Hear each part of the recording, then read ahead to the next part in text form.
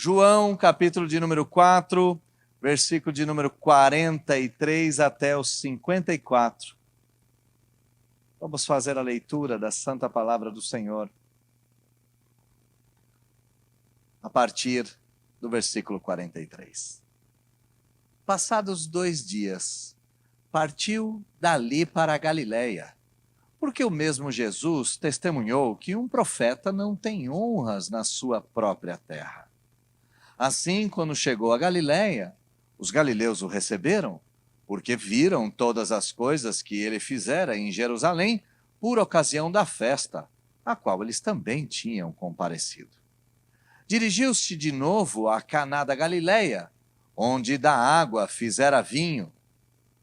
Ora, havia um oficial do rei, cujo filho estava doente em Cafarnaum. Tendo ouvido dizer que Jesus viera da Judéia para a Galiléia, foi ter com ele e lhe rogou que descesse para curar seu filho que estava à morte. Então Jesus lhe disse: se porventura não virdes sinais e prodígios, de modo nenhum crereis. Rogou-lhe o oficial: Senhor, desce antes que meu filho morra. Vai, disse-lhe Jesus, teu filho vive. O homem creu na palavra de Jesus e partiu. Já ele descia quando seus servos lhe vieram ao encontro, anunciando-lhe que o seu filho vivia. Então indagou deles a hora que o seu filho se sentira melhor. Informaram: ontem, à hora 7ª, a febre o deixou. Com isso reconheceu o pai ser aquela precisamente a hora em que Jesus lhe dissera: teu filho vive. E creu, ele e toda a sua casa. Foi este o segundo sinal que fez Jesus, depois de vir da Judéia para a Galiléia. Feche seus olhos, vamos orar mais uma vez. Deus, em nome de Jesus, nós, o teu povo, pedimos em concordância ao que foi orado pelo teu servo instantes atrás. Que o Senhor proteja-me, que eu possa pregar a sua palavra, que o Senhor fale com sua igreja e que todos nós saiamos daqui edificados. Não permita, Senhor, com que eu fale de mim mesmo. Pelo contrário, fale do Senhor para todos nós. É o que eu lhe peço em nome de Jesus. Amém. Nós já estamos acompanhando o Evangelho de Jesus e o capítulo 4 há 3 sermões. Esse é o 4º sermão que nós estamos pregando somente no capítulo de número 4. No último sermão que foi trazido a essa igreja, nós percebemos um grande avivamento que ocorreu na terra dos samaritanos. O versículo de número 30 mostra exatamente a quantidade de samaritanos que foram ter com o Senhor Jesus. A mulher samaritana volta para a sua cidade, prega o evangelho e o versículo 30 diz: saíram, pois, da cidade e vieram ter com ele. No versículo de número 39, a forma se repete. Muitos samaritanos daquela cidade creram nele. O que nós estamos vendo no capítulo de número 4 é a transformação de uma mulher e, por meio da transformação dessa mulher, a transformação de toda uma cidade, de toda uma localidade, de todo um povo. Diz o texto que Jesus permaneceu com os samaritanos por 2 dias. O versículo de número 41 diz: muitos outros ainda creram nele. Hoje eu gostaria de falar sobre esse ato de crer. Hoje eu gostaria de tratar sobre esse contato com o sagrado. Mas eu não gostaria de tratar desse contato com o sagrado simplesmente pelo prisma positivo. Eu quero tratar em específico pelo prisma negativo. E o tema da nossa reflexão, o tema do nosso sermão é habituados com o sagrado, mas esquecidos do divino. Perdão. Habituados com o sagrado, mas completamente esquecidos do divino. A filosofia nos traz a ideia de que hábito é a repetição das coisas que nos leva à perfeição. Contudo, no que tange ao sagrado, no que toca à religião, no que toca com esse ato de nos aproximarmos de Deus, eu tenho que dizer que o hábito gera um certo esfriamento. Quando nós estamos acostumados com o sagrado, a tendência é que nós não tenhamos mais fé. Quando nós estamos habituados com o sagrado, a tendência é que nós não tenhamos mais crença. Em outras palavras, quando a gente se acostuma, o resultado desse costume pode ser tido como incredulidade. E Jesus nos traz exatamente esse aspecto. Acompanhe comigo o versículo de número 43 até o 45, e aqui nós vemos a incredulidade completamente detectada. O texto nos diz que 2 dias foi o período em que Jesus permaneceu com os samaritanos. E você sabe, os samaritanos eram um povo mestiço, os samaritanos eram um povo discriminado, os samaritanos eram um povo desprezado. Os samaritanos eram um povo cuja religiosidade não era tão ortodoxa. Mas Jesus prega o evangelho para os samaritanos e permanece com os samaritanos durante 2 dias.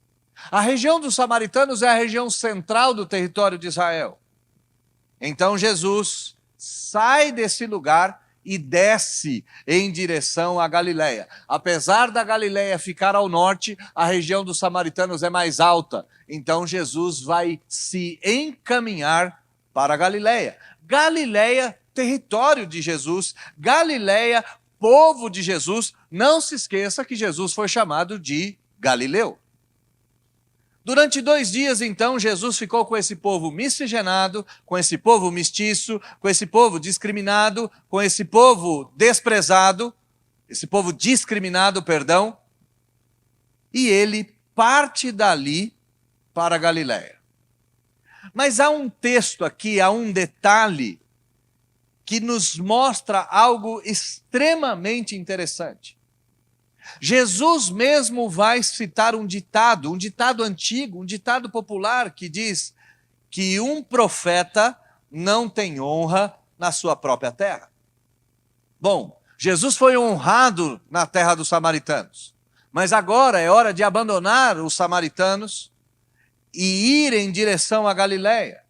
E Jesus sabe que, diferentemente da honra vinda dos samaritanos, na Galileia e no povo judeu, Jesus não seria honrado. Pelo contrário, os judeus matariam Jesus 3 anos à frente. Os galileus não creriam em Jesus, até mesmo os seus irmãos só passariam a crer em Jesus depois da ressurreição. Mas o texto continua dizendo que quando ele chegou a Galileia, os galileus o receberam. E pode parecer uma certa contradição, porque no versículo 44 diz que o profeta não tem honra, mas o versículo 45 diz que eles o receberam. Bom, o texto vai explicar qual foi o motivo pelo qual os galileus receberam o Senhor Jesus. O texto nos diz, porque eles viram todas as coisas que ele fizera em Jerusalém. Eles não receberam Jesus como Salvador do mundo. Olha o versículo de número 42, o finalzinho.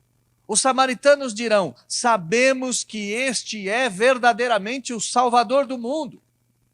Já os galileus estão recebendo Jesus como um curandeiro, como um milagreiro, como um artista circense, como alguém que é capaz de fazer mágicas, alguém que é capaz de fazer milagres, alguém que é capaz de entreter a multidão, ou alguém que pode trazer algum tipo de benefício. O que o texto está nos mostrando é que os galileus e os judeus eram incrédulos quando comparados aos samaritanos. E quais são as causas da incredulidade? Bom, eu separei aqui 5 aspectos que são causa da incredulidade. A primeira causa da incredulidade é a familiaridade com o sagrado. Eu explico isso. Eu comecei o culto dizendo da presença de Deus vista por Isaías. E nós estamos tão acostumados a vir a esse lugar, domingo após domingo, que é certo que a gente não se dá conta de que Deus está presente.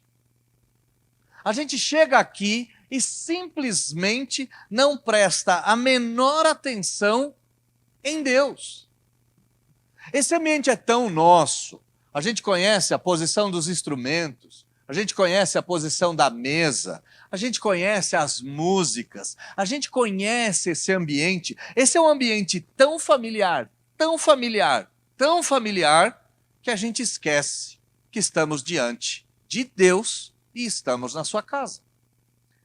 Então a incredulidade, ela é causada pela familiaridade. Os judeus estavam tão familiarizados com o próprio Deus que eles não tinham a menor preocupação de vender rolinhas, pombinhos, cordeiros. Eles transformaram a casa de Deus num grande comércio. E esse comércio feito na casa de Deus, esse ambiente na casa de Deus, se tornou um ambiente onde Deus não mais estava. E sabe, meus irmãos, a nossa incredulidade pode ser vista quando a gente está tão familiarizado com esse lugar, que a gente nem percebe que está em culto.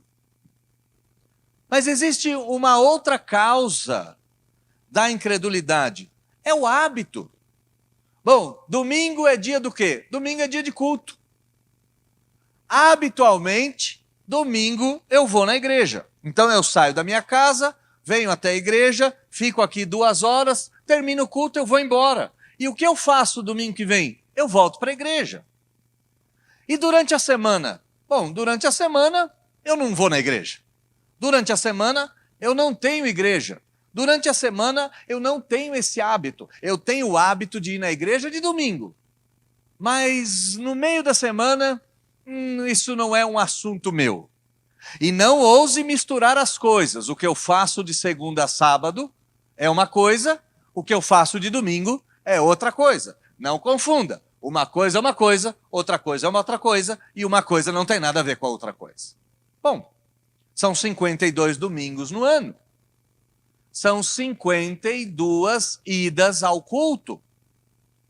E eu acabo me tornando um incrédulo, porque isso é tão habitual que eu nem me dou conta que eu estou em culto. Terceiro lugar, é tão cotidiana a religião, ela é tão comum, ela é tão próxima, que eu nem me dou conta que eu estou diante de Deus. Pense comigo. Se isso é um hábito, e se isso é um hábito familiar, e se é alguma coisa que eu faço cotidianamente, eu nem me dou conta do que estou fazendo. Como é que a gente prova isso? Bom, você já deve ter saído de casa para ir a um endereço conhecido. E você sai de casa, pega o seu carro e você vai até esse endereço. Quantas vezes você chegou até o lugar e nem se deu conta do caminho? E por que você não se dá conta do caminho? Porque é cotidiano. Você já deve ter visto coisas que assustaram você, coisas pela televisão que te deixaram assustados. Por exemplo, uma mãe que vai levar o filho na escola e esquece a criança dentro do carro. Por que ela esquece a criança dentro do carro? Porque é tão cotidiano, porque é tão habitual que ela nem se dá conta. Causas da incredulidade: familiaridade, hábito, cotidiano, algo corriqueiro. Sim, ir na igreja é corriqueiro. A gente vai para a igreja, faz o nosso serviço, faz o que tem que fazer e nem se dá conta. E aqui, meus irmãos, um pecado a ser confessado, e não é um pecado somente meu, é um pecado dos pregadores. Pregar o evangelho pode se tornar algo tão corriqueiro que o pregador esquece que ele está diante de Deus e diante dos homens. Sim, muitos pregadores se tornam profissionais da pregação. Muitos pregadores se tornam homens que têm uma profissão, e essa profissão é pregar o evangelho. Eles recebem para isso. E graças a Deus, não é o meu caso, mas eu posso cair nesse engano rapidamente. Causas da incredulidade: familiaridade, o hábito com o sagrado, o cotidiano comum do sagrado, aquilo que é sagrado vira corriqueiro, e por fim, quando a fé se torna material. E este é o caso dos judeus, dos galileus. Volta comigo o versículo de número 45. Eles viram as coisas. Os galileus viram o que Jesus havia feito. Eles detectaram, tocaram, experimentaram, eles materializaram a fé.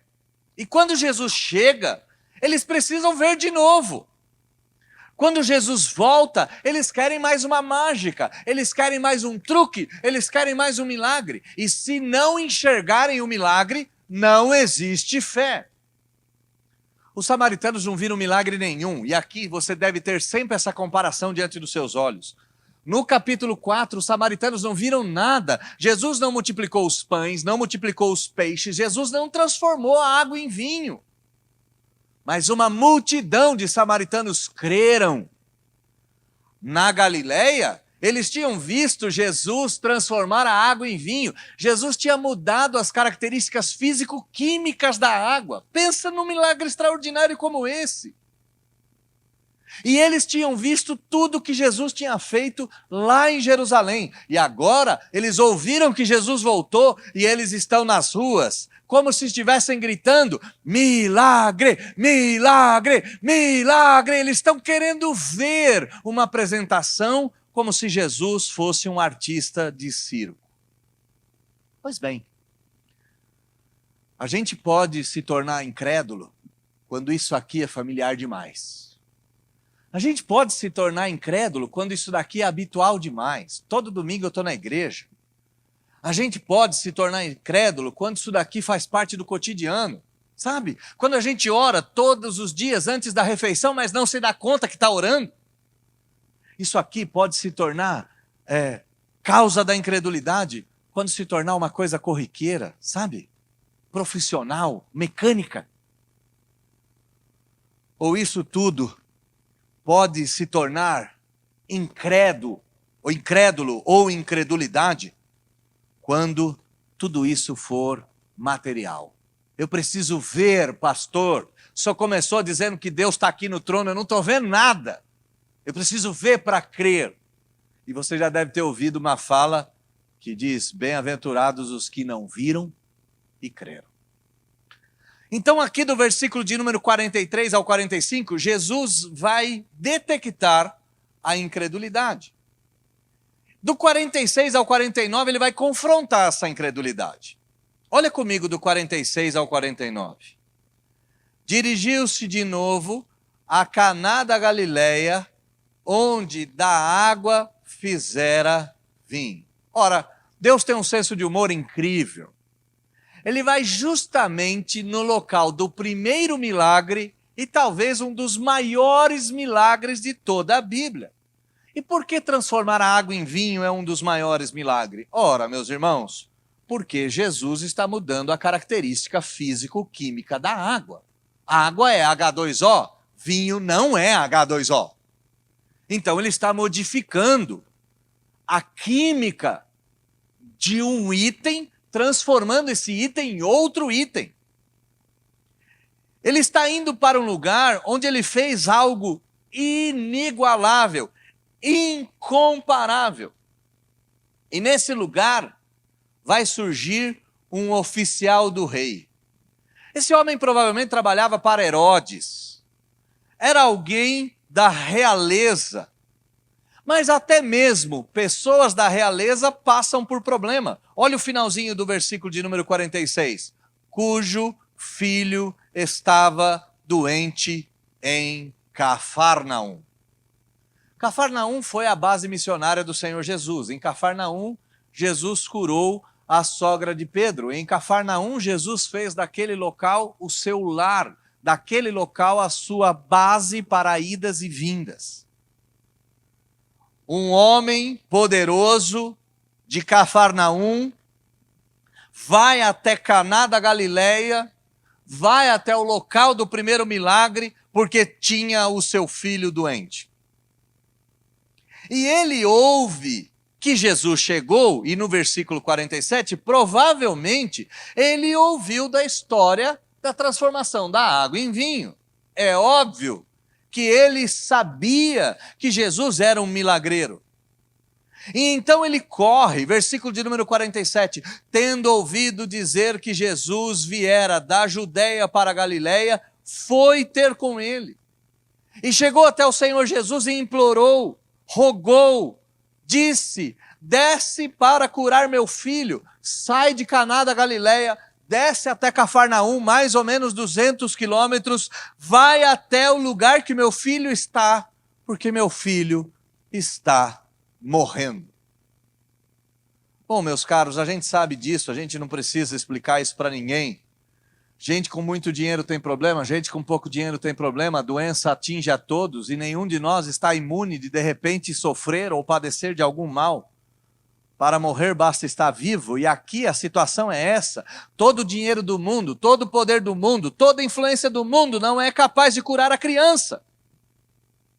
E esse homem, porque ouviu, porque viu, porque ficou sabendo que Jesus era um milagreiro, vai até com ele. E a resposta de Jesus parece ser grosseira. Olha comigo o versículo de número 48. Então Jesus lhe disse, se porventura não virdes sinais e prodígios, de modo nenhum crereis. Jesus dá uma paulada nele. E a gente olha esse tipo de texto e fala assim, mas que grosseria, o homem está sofrendo. Como pode o homem sofredor não ser acolhido pelo Senhor Jesus? Bom, volta no versículo de número 44, Jesus não foi honrado na Galileia. No versículo de número 45, os galileus estão em volta do Senhor Jesus. Jesus não está tratando somente o oficial do rei. O recado é para todo mundo. Vocês não acreditam. Vocês são incrédulos. A fé se tornou algo familiar. A religião se transformou em algo habitual. Deus se tornou em algo cotidiano e corriqueiro. Se vocês não virem, vocês não crerão. Jesus não está falando somente com o oficial, Jesus está falando com a multidão. E ele está dizendo, se vocês não verem sinais, se vocês não virdes sinais, se vocês não enxergarem prodígios, vocês não crerão. E Jesus aqui está citando uma verdade sine qua non, sem a qual não é possível enxergarmos. Sai um pouco do Evangelho de João. Vá comigo para o Evangelho de Lucas, no capítulo de número 10, mas marque esse texto porque a gente vai voltar para João. Lucas, capítulo de número 10, versículo de número 13 até o versículo de número 15. Jesus sabe que a verdadeira fé não depende daquilo que se vê. A verdadeira fé precisa romper com a familiaridade, com o hábito, com o cotidiano, com aquilo que é corriqueiro. E olha a fala do Senhor Jesus. A fala do Senhor Jesus é de condenação em Lucas. E lá em João, ele está fazendo o prenúncio da fala que ele diria em Lucas. Lá em João é o início do ministério de Jesus. Aqui em Lucas já está no meio. E Jesus vai dizer no versículo de número 13 de Lucas 10, ai de ti, Corazim, ai de ti, Betsaida, cidades da Galileia, porque se em Tiro e Sidom, cidade fenícia, cidade síria, cidades pagãs, se em Tiro e Sidom se tivessem operado os milagres que em vós se fizeram, há muito que elas teriam se arrependido, assentados em pano de saco e cinza. Em outras palavras, vocês viram tantos milagres, tantos milagres, tantos milagres, que vocês se transformaram em incrédulos. Vocês precisam ver para crer. A segunda fala, então, de Jesus é assustadora. Contudo, no juízo, haverá menos rigor para Tiro e Sidom do que para vós outras. Tu, Cafarnaum, elevar-se-á porventura até o céu, jamais descerás até o inferno. Olha que fala pesada. Olha que fala contundente. É isso que Jesus está dizendo lá em João capítulo 4, volta para lá. Ele diz, se vocês não virem sinais e prodígios, vocês não acreditam. E não vai adiantar, vocês verão sinais e prodígios como nunca antes na história da humanidade foram vistos. E mesmo assim, vocês não crerão. Então o início do texto mostra Jesus confrontando a incredulidade, mostra Jesus detectando a incredulidade, e aqui ele está confrontando, ele está dizendo, vocês vão ver sinais, mas não vão crer. A fé de vocês não pode ser pautada naquilo que vocês enxergam, naquilo que vocês acreditam. E esse confronto vai fazer com que o homem, esse servo do rei, esse oficial do rei, comece a sofrer uma transformação. Ele vai ignorar a fala do Senhor Jesus e vai rogar. Olha o versículo de número 49. Senhor, desce antes que meu filho morra. Senhor, me ajuda. Senhor, eu não estou preocupado se esses homens não acreditam. Eu acredito no Senhor. Me ajude. É o que ele está fazendo no versículo de número 49. E a resposta de Jesus é uma resposta que detecta a fé. Jesus está confrontando a incredulidade dos galileus, mas aqui ele percebe que alguma coisa está acontecendo no coração do homem. E ele diz, vai-te embora, porque teu filho vive. Pode ir embora, filho. Não precisa mais chorar. Não precisa se preocupar. Teu filho está vivo. Pode voltar para a sua terra. Olha como termina o versículo de número 50, o homem creu na palavra de Jesus, partiu. Então o que o texto está nos ensinando? Bom, em primeiro lugar, o texto está nos ensinando que todos aqueles que são acostumados demais com o sagrado se tornam incrédulos. Em segundo lugar, Jesus está confrontando essa incredulidade dos costumeiros, dos acostumados. E quando ele confronta a incredulidade do seu povo, que acostuma com a fé e se acostuma com o sagrado, o objetivo é superar essa incredulidade. E essa superação vai exatamente do versículo de número 50 até o versículo de número 54. Como é que começa essa superação? Versículo de número 50 diz que o homem creu no quê? Na palavra de Jesus e não nos sinais de Jesus. É mais ou menos isso que aconteceu com os samaritanos. Volta comigo o versículo de número 41. Muitos outros creram nele. Por que os samaritanos creram em Jesus? Por causa da palavra de Jesus. Eles não creram em Jesus por causa dos milagres. Sabe, meus irmãos, se eu e você acreditarmos em Jesus somente por causa dos milagres, nós não somos crentes. Porque a maioria de nós não vai ver um milagre sequer na vida. A maioria de nós não vai ver um sinal sequer. Alguns vão viver uma vida repleta de milagres. Outros nunca verão absolutamente nada. Nada. E se nós cremos apenas naquilo que vemos, somos os mais miseráveis dos homens. Porque a fé é a certeza daquilo que não se vê. A crença não pode ser pautada no hábito, não pode ser pautada no corriqueiro, não pode ser pautada no material. A fé não pode ser materializada. E esse é o grande motivo pelo qual nós não fazemos imagem de escultura. Esse é o motivo. Mas aqui Jesus está superando a incredulidade.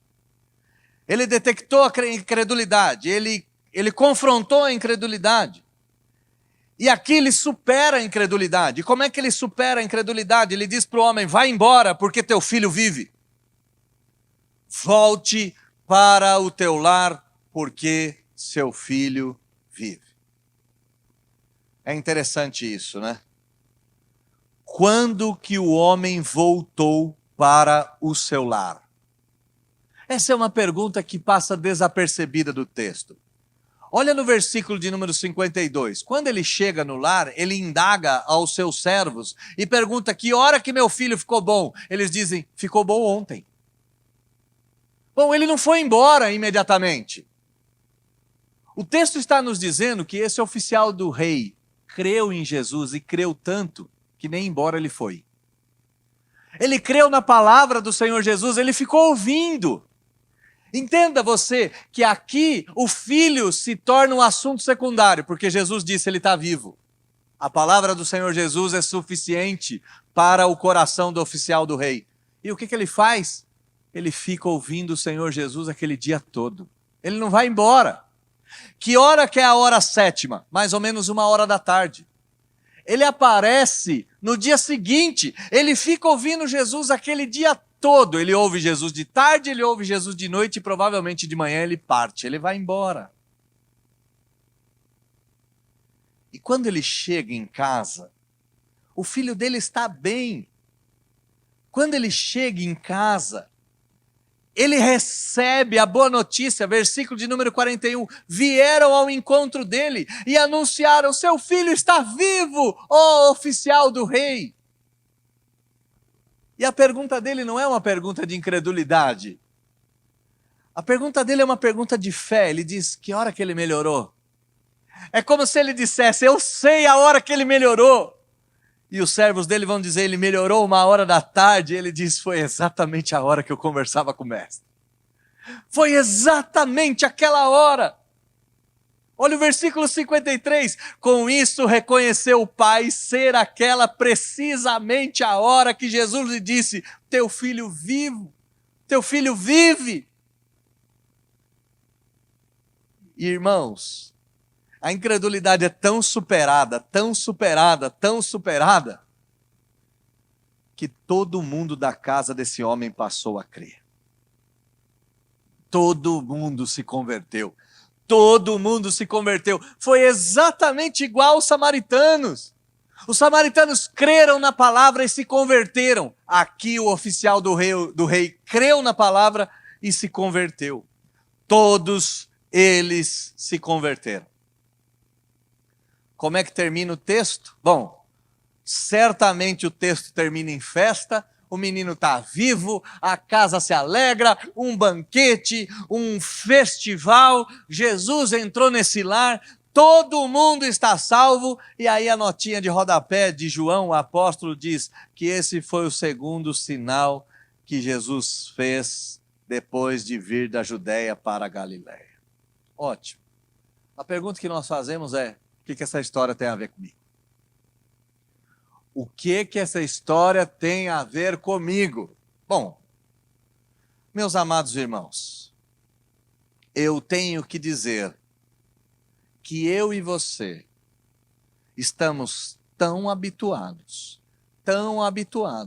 com o sagrado, que é bem provável que alguns de nós tenham se esquecido completamente do divino. Nós estamos tão habituados com a pregação expositiva, tão habituados com a música bíblica, tão habituados com o culto cristocêntrico, nós estamos tão habituados com um banquete que corre o risco da gente se esquecer que Deus está aqui. Que corre o risco da gente se esquecer que Deus está vivo. Que corre o risco da gente se esquecer que basta uma ordem dele para mudar toda a nossa história. Que corre o risco da gente se esquecer que ele não precisa nem ir na sua casa para mudar todo o cenário. Sabe? A nossa incredulidade precisa ser superada. E a nossa incredulidade talvez seja a maior incredulidade de todos os tempos. É muito comum frases do tipo, eu só acredito vendo. E se você não me provar cientificamente, eu não acredito em nada disso. É mesmo? E você tem provas de todas as coisas científicas? Me prove, por exemplo, que esse momento está acontecendo. Se você não estiver gravando, se você não estiver filmando, é impossível você provar que um momento aconteceu, a não ser que ele se repita. Você precisa de provas. Que provas você tem que no seu lar está tudo bem? Que prova você tem que sua saúde vai bem? Que prova você tem que o remédio que você tomou hoje, antes de sair de casa, tem aquilo que diz na bula que tem? Que prova que você tem? Que você comeu de fato um pão e que não tinha veneno dentro? Meus irmãos, não tem como provar 90% das coisas que você vive. Não tem como provar que as pessoas te amam, não tem como provar que você vai se manter trabalhando, não tem como provar que sequer o seu dinheiro vai cair na sua conta. E aqueles que são mais antigos podem se lembrar que do dia para a noite todo o dinheiro foi confiscado e virou um Deus nos acuda no nosso país. Nós somos a geração mais incrédula que existe, porque nós somos a geração que imagina que a gente tem prova de tudo. E a gente quer prova, a gente quer prova, a gente quer prova, a gente quer prova de todas as coisas. A gente precisa provar. Mas a vida não é feita de provas. Por exemplo, qual é a prova de que Jesus está aqui? Onde ele está? Cadê você, Jesus? Ele não responde. Qual é a prova que Jesus está espiritualmente nos ambientes da ceia, nos elementos da ceia? Qual é a prova de que eu estou sendo sincero na minha pregação e não quero te enganar? Qual é a prova de que a pessoa que está do seu lado te considera irmão? Não tem como provar nada disso, mas tem como a gente crer. A nossa incredulidade precisa ser superada, porque nós somos iguaizinhos os galileus, nós estamos tão acostumados com a presença de Jesus, e olha que coisa interessante, nós chamamos Jesus de irmão. Ele é nosso irmão mais velho. E a gente se esquece que o profeta não tem honra na sua família. E a gente está tão acostumado a ser da família de Deus que a gente esquece que Ele é o Deus da família. E não é? E a gente se esquece de tal forma que a gente chama Ele e fala, Jesus, está na hora de um milagre aqui. Jesus, acabou a comida, Jesus, acabou o gás, Jesus, acabou o emprego, Jesus, acabou o amor, Jesus, acabou isso, acabou a coisa. Faça! E a maioria de nós terá um silêncio sepulcral, porque ele não vai fazer nada. E aí eu tenho que conectar a nossa fala aqui com a fala de Paulo. Deus deu a Paulo um espinho na carne, certo? Que espinho na carne era esse? Já foi dito tantas coisas. Cegueira, gota, tuberculose.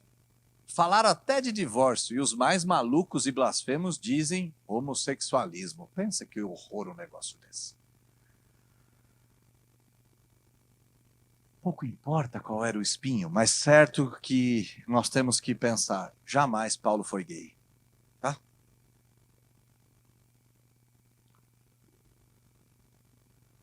Mas Paulo orou a Deus 3 vezes e pediu, tira de mim esse espinho. E qual foi a fala do Senhor Jesus para ele? Não, a minha graça te basta. Te basta. Quando o filho adoece, Pode ser que ele venha morrer.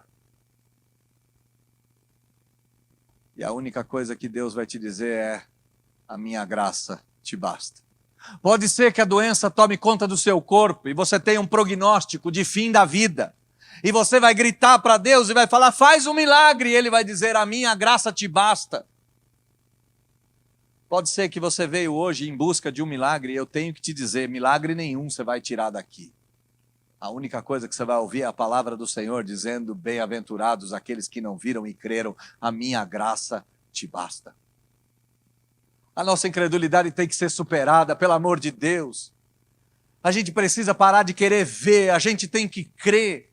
E a gente tem que crer que o mais importante não são as coisas que Jesus faz, mas são as coisas que Jesus fala.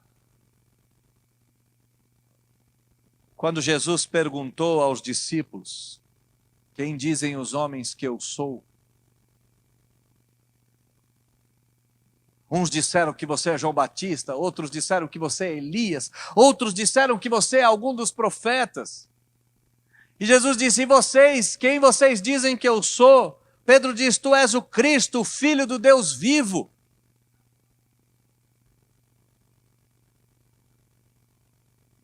E Jesus oferece para eles a oportunidade deles irem embora. Mesmo eles sabendo quem Jesus é, em outra ocasião, Jesus disse: se vocês quiserem ir embora, podem ir. E o mesmo Pedro que diz: tu és o Cristo, o Filho do Deus vivo, vai dizer: para onde eu vou, se só tu tens as palavras de vida eterna. Como que a gente vence a nossa incredulidade? Ouvindo a voz de Jesus, acreditando na voz de Jesus, acreditando na palavra de Jesus, mesmo que nenhum milagre aconteça durante toda a nossa vida. Sim. E o que a palavra de Jesus diz para nós? Que Deus amou o mundo de tal maneira que deu o seu Filho unigênito para todo aquele que crê tem a vida eterna. O que Deus diz para nós? Que há um paraíso nos esperando. O que Deus diz para nós? Calma, eu venci o mundo. O que Deus diz para nós? Nem só de pão viverá o homem, mas de toda a palavra de Deus. O que Ele diz para nós? Eu sou o bom pastor. O que Ele diz para nós? Eu tenho todo o amor do mundo a vocês, não vos chamo mais de servos, vos chamo de amigos. O que Ele diz para nós? Eu posso matar sua sede, eu posso matar sua fome, eu posso curar suas feridas, eu posso salvar o seu mundo. E isso é o que basta, meus irmãos. Isso é o que basta. Nós estamos tão habituados com o sagrado que a maioria de nós se esqueceu do divino. E como é que eu termino meu sermão? Está na hora de Jesus superar a incredulidade do nosso coração mais uma vez. Está na hora. Está na hora da gente acreditar, quando a gente vem para cá, que Deus está aqui.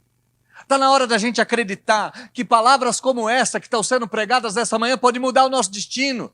Está na hora da gente acreditar que ser membro da igreja é participar do corpo de Cristo. Está na hora da gente acreditar que a gente vai morar na eternidade junto com Ele. Está na hora da gente acreditar que se o nosso corpo for jogado no fogo, mesmo assim, nenhum mal acontecerá conosco. Está na hora da gente acreditar que os homens podem matar o nosso corpo, mas não podem condenar a nossa alma para o inferno. Está na hora da gente acreditar que dias melhores virão e esses dias não são nesse mundo. Está na hora da gente acreditar que Deus pode salvar os nossos filhos, que Deus pode salvar a nossa família. Está na hora da gente acreditar que Deus pode nos dar outra chance, que Deus pode melhorar o nosso casamento, nos dar um novo casamento.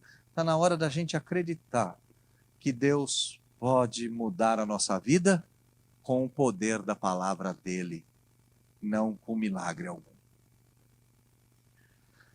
Você vai voltar para casa e nesse domingo é bem provável que milagre algum aconteça. É bem provável que amanhã de manhã você saia para o trabalho e nada mude. É bem provável que durante esses dias da semana nada de novo aconteça. É bem provável que você continue vivendo a vida do jeito que ela é. Mas se você acreditar em Jesus Cristo, mesmo que nada mude, tenha absoluta certeza que tudo há de mudar. mesmo que o seu cotidiano seja um cotidiano terrível, mesmo que seu filho não melhore, mesmo que seu casamento continue ruim, mesmo que seu problema financeiro perdure, mesmo que toda a sua vida continue um caos, se você acreditar em Jesus, tudo muda, mesmo quando nada se modifica. Porque a grande mudança que Jesus quer fazer não é no nosso cenário exterior, mas sim no nosso cenário interior. Ele nunca pediu a nossa casa, ele pediu o nosso coração. Ele nunca pediu os nossos filhos, ele pediu o nosso amor. E o grande objetivo de Jesus é que eu e você tenhamos um coração igual ao dele. E foi isso que aconteceu com esse homem. Mas pastor, o filho dele não foi curado? Sim, isso foi o troco. O que aconteceu é que ele creu, a família dele se converteu, a vida dele se transformou. Esse homem experimentou a eternidade e, como troco, Deus deu a cura do filho dele. E talvez você até receba esses trocos de Deus, porque o milagre mais importante que Jesus quer fazer é mudar o teu coração, mudar a tua vida e te dar a vida eterna. Pode ser que seu filho se cure no final das contas, mas o mais importante não é ele se curar. O mais importante é, na eternidade, você lá chegar e encontrar o seu filho te esperando de braços abertos para te reencontrar. Creia na palavra do Senhor e não creia nos sinais, nos milagres. Rompa com o hábito. Domingo que vem, quando você vier para cá, venha tendo absoluta certeza que Deus está aqui, que essa é a casa de Deus e que Ele fala com o seu povo por meio da sua palavra. Feche seus olhos, baixe a sua fronte, vamos orar. Deus, nós não queremos mais esse hábito consagrado. Não queremos mais.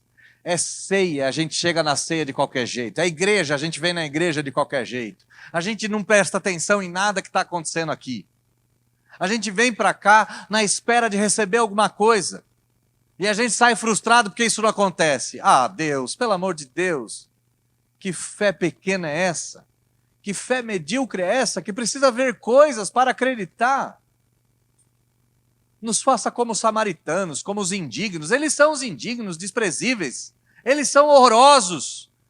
Para os judeus eles são horrorosos. Mas para o Senhor eles são bem-aventurados, porque eles creram sem necessitar de ver. Nos faça como eles. Deixa a gente acreditar que o Senhor tem palavras de vida eterna. Deixa a gente acreditar que não existe outro caminho. Deixa a gente acreditar que o Senhor está aqui. Deixa a gente acreditar que o Senhor está cuidando da nossa família. Deixa a gente acreditar que o melhor lugar desse mundo não é o melhor emprego, que o melhor lugar desse mundo não é a plena saúde, que o melhor lugar desse mundo é ao seu lado. E do seu lado, uma masmorra vira um palácio, mais longe do Senhor, um palácio vira uma latrina. Deixa a gente acreditar.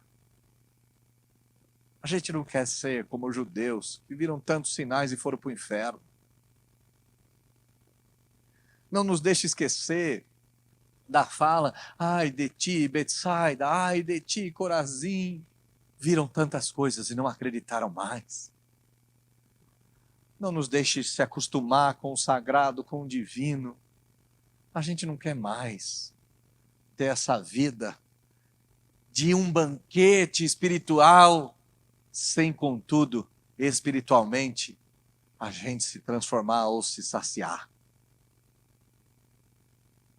Cansa esperar uma coisa material e ignorar que a maior bênção e maior dádiva já aconteceu dentro do nosso peito, que foi ter um coração de pedra substituído por um coração de carne. É isso. A nossa incredulidade foi confrontada. A nossa incredulidade foi detectada. Mas nós te pedimos, pelo amor de Deus, em Jesus Cristo, que a nossa incredulidade seja superada de uma vez por todas. Que a gente creia sem precisar ver. E se isso acontecer, Senhor, é extraordinário. Porque mesmo sangrando nós vamos cantar. porque sem dinheiro a gente vai louvar. E aí a gente vai entender aquilo que Abacuque tão bem entendeu: ainda que a figueira não floresça, ainda que não haja fruto na vide, ainda que os rebanhos não deem o seu produto, ainda assim te louvarei, porque não depende daquilo que eu vejo, mas depende de tudo aquilo que eu creio. E sim, é isso, e é só isso, e é tudo isso. Supera a nossa incredulidade, pelo amor de Deus. Supera a nossa incredulidade em relação aos nossos filhos. Sim, tem gente que tem filhos nas drogas, tem gente que tem filho que abandonou o seu próprio corpo e usa o seu corpo de uma maneira não bíblica. Tem tanta gente perdida nesse mundo, pais que não são pais, mães que não são mães, irmãos que odeiam um ao outro. Nos faça crer que o Senhor veio para as ovelhas perdidas de Israel e que basta uma palavra sua para tudo mudar. E se o Senhor disser, eu não preciso ver, porque me basta crer.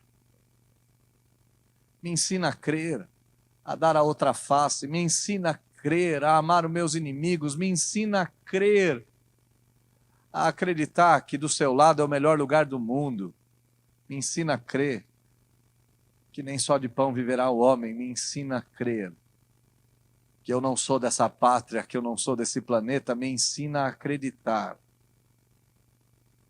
que em Jesus eu tenho a vida eterna, me ensina a acreditar que o Senhor disse que nós vivemos, porque Jesus mesmo vive, e por isso nós podemos crer no amanhã. Me ensina a crer. É isso que eu lhe peço, orando em nome de Jesus.